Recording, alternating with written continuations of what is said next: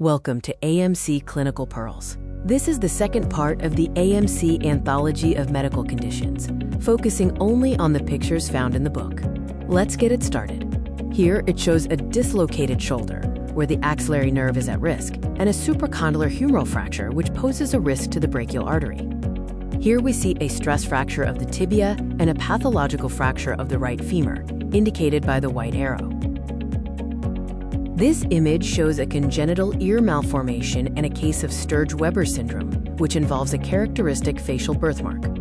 Here are examples of nails in liver disease, characterized by white nails and pitted nails, often seen in psoriasis. Further nail changes include a grooved nail due to a mucus cyst of the nail bed, onychogryposis or ram horn nail, and a subungual hematoma. Moving to head trauma, we can observe three types of injuries via CT scans: a depressed skull fracture, an epidural hematoma, and a subdural hematoma. These images show common vascular conditions, an anterior cerebral artery aneurysm, and a cerebral arteriovenous malformation. The images here display a meningioma on an MRI scan and the visible inflammation of the temporal artery characteristic of temporal arteritis. In this slide, we can see a diabetic foot and the appearance of diabetic lipoatrophy, a complication of insulin injections. Retinopathy examples include diabetic, hypertensive, and malignant hypertension retinopathy, along with papilloedema in chronic renal failure. This angiogram image clearly shows the narrowing of the renal artery, a condition known as renal artery stenosis.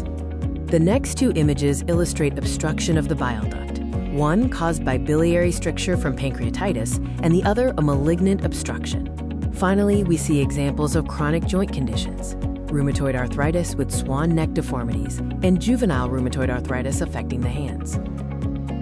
This image shows hands affected by rheumatoid arthritis, demonstrating joint deformities. Next to it are examples of rheumatoid nodules. Here is an X-ray image illustrating Perthes disease, a childhood hip disorder affecting the blood supply to the femoral head. We observe the Troisier sign, indicating metastasis from carcinoma of the stomach. Additionally, there are images of a cervical abscess and pharyngeal cancer.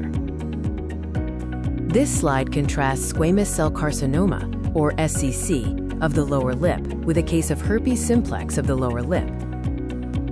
Here are two oral conditions: leukoplakia of the tongue, characterized by white patches, and a malignant ulcer of the tongue. Moving on to other mouth and lip conditions, this slide features Poitz-Jeghers syndrome and a mucus cyst.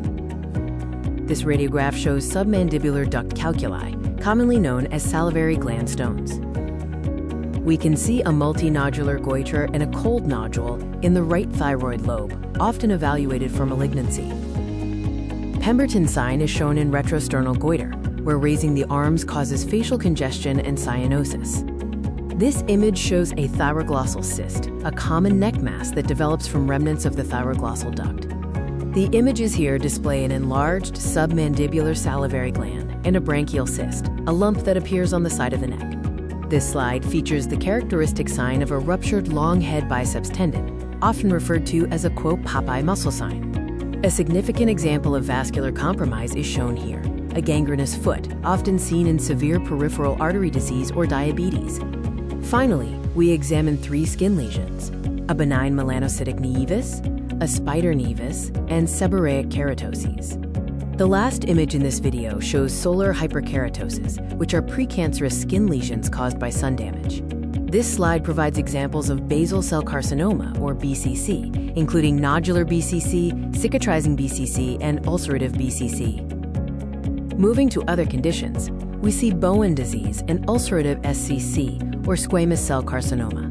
Also shown is a keratoacanthoma.